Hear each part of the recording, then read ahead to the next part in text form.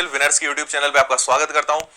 जैसा आपको पता है कि कल एक नोटिस काफी वायरल हो रहा था, बच्चों में काफी हलचल मची हुई थी इस चीज को लेकर कि एमपीएसआई का हो या कांस्टेबल का हो, पैटर्न बदल चुका है। तो लगातार मुझे भी आप काफी बार मैसेज कर रहे थे, कमेंट्स कर रहे थे कि सर इसको लेकर एक वीडियो बना दीजिए।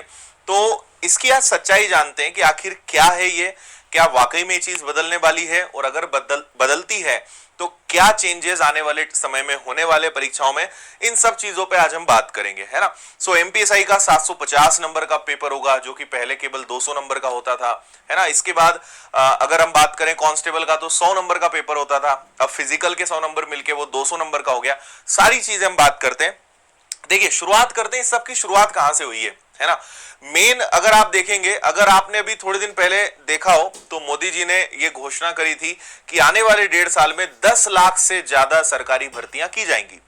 तो वहां से एसएससी ने कुछ दिन बाद डिक्लेयर कर दिया कि 70,000 वैकेंसीज हम और बढ़ा रहे हैं।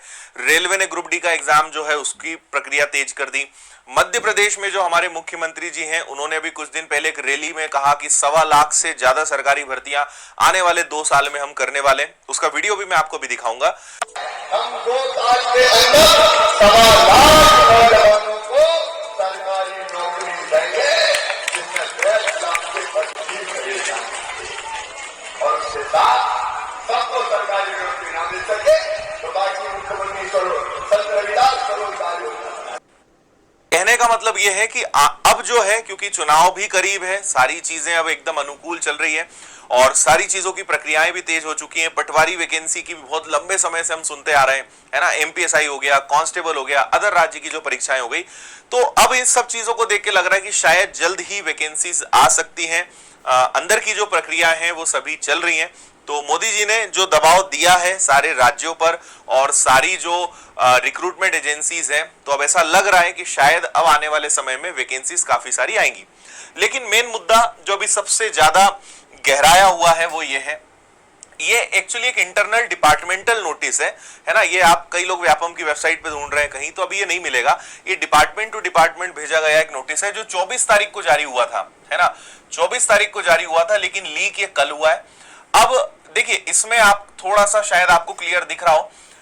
अगर हम यहाँ पे बात करें कांस्टेबल की, तो कांस्टेबल का तो पहले ही हमारे मुख्यमंत्री जी ने बता दिया था कि अब जो है फिजिकल के भी 50% मार्क्स रहेंगे, तो ये तो पहले से पता था, है ना।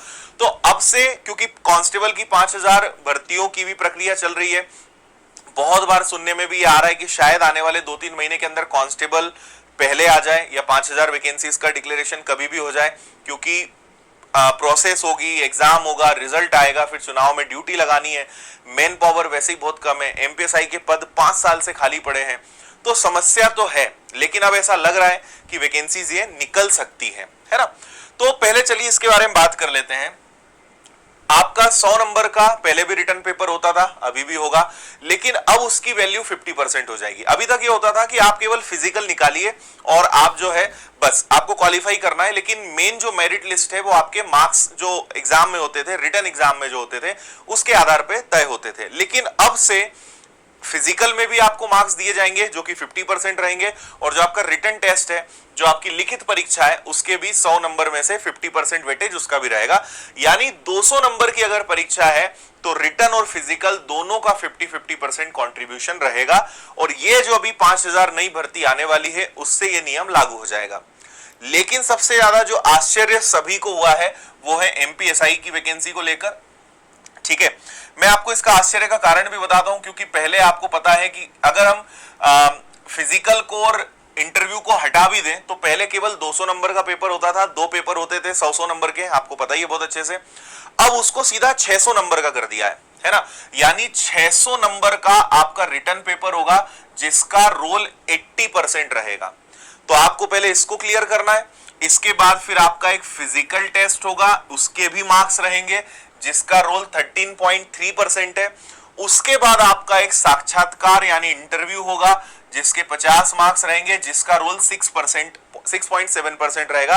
तो ऐसे 750 नंबर पर आपका जो सिलेक्शन है वो तय होगा। ठीक है। मतलब ये जो प्रक्रिया देख के लग रही, इसमें बच्चों की अलग अलग राय आई। कोई कह रहा है कि सर ये अब तो यूपीएससी एमपीपीएससी जैसा रिक्रूटमेंट प्रोसेस लगने लगा है ना। पता नहीं एमपीएसआई को आईएएस बनाना चाहते हैं, क्या बनाना चाहते हैं, जो भी है ना। हमारे लिए ये आश्चर्य का मुद्दा इसलिए ज्यादा है क्योंकि पहले पैटर्न सिंपल था, ज्यादा मार्क्स का नहीं होता था। लेकिन अगर आप दूसरे राज्यों से कंपेयर करेंगे ना, तो ये इस प्रकार का पैटर्न कई सारे राज्यों में चल रहा है, अधिकतर राज्यों में चल रहा है। मध्य प्रदेश में आप ऐसा बोल सकते हो कि बदलाव लेट हुआ है, क्योंकि ये कई राज्यों में चल रहा है। अब आपका सबसे बड़ा जो इसमें प्रश्न है वो ये है कि इस 600 नंबर में क्या रहेगा, है ना। इस 600 नंबर में प्री होगा कि मेंस होगा। कई सारे लोगों ने, बुद्धिजीवियों ने अपनी अपनी राय व्यक्त कर दी है।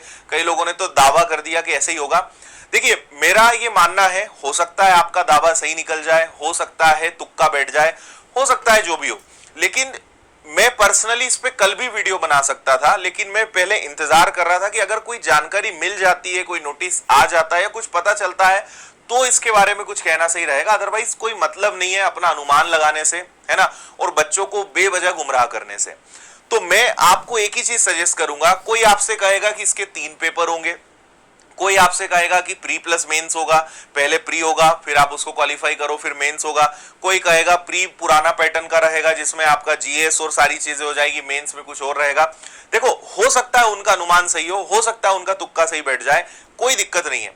लेकिन मेरा आपको एक ही सजेशन है, जो मेरी एकदम खुली राय है, वो ये है कि सब्जेक्ट्स नहीं चेंज होंगे, विषय वही रहेंगे।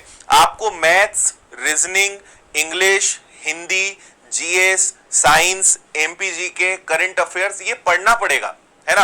और ये तो आप आज भी पढ़ रहे हो, है ना। आज अगर 200 नंबर की परीक्षा है तब भी आप इन्हीं विषय को पढ़ रहे हो, कल को 600 नंबर की परीक्षा हो जाएगी तब भी आप इन्हीं विषयों को पढ़ेंगे। तो आपको गुमराह नहीं होना है, इसको बहुत बड़ा मुद्दा बांध के नहीं बैठ जाना है। जैसा कई बच्चे की, सर ये क्या हो गया यार, जो आपके साथ हुआ है वो सबके साथ होगा। ऐसा तो है नहीं कि आप अकेले उसमें फंसने वाले हो या आपकी समस्या इसमें हो गई है। जो होगा सबके साथ होगा। और ये तो आप ऐसे समझ लीजिए कि पहले जो पैटर्न था उसको इन्होंने एकदम हटा दिया, तो सबको अब 0 लेवल पे ले आए। तो ये तो और अच्छा मौका है हमारे लिए कि हम एक नए सिरे से तैयारी करें। लेकिन अच्छा होगा बुरा होगा ये बात की बात है, विषय वही रहेंगे, पढ़ना आपको वही रहेगा। तो मेन मुद्दे की बात यह है कि कोई क्या बोल रहा है, क्या दावा कर रहा है, उससे कोई फर्क नहीं पड़ता है। विषय वही है, तैयारी वही है, पढ़ना उसी मजबूती के साथ है।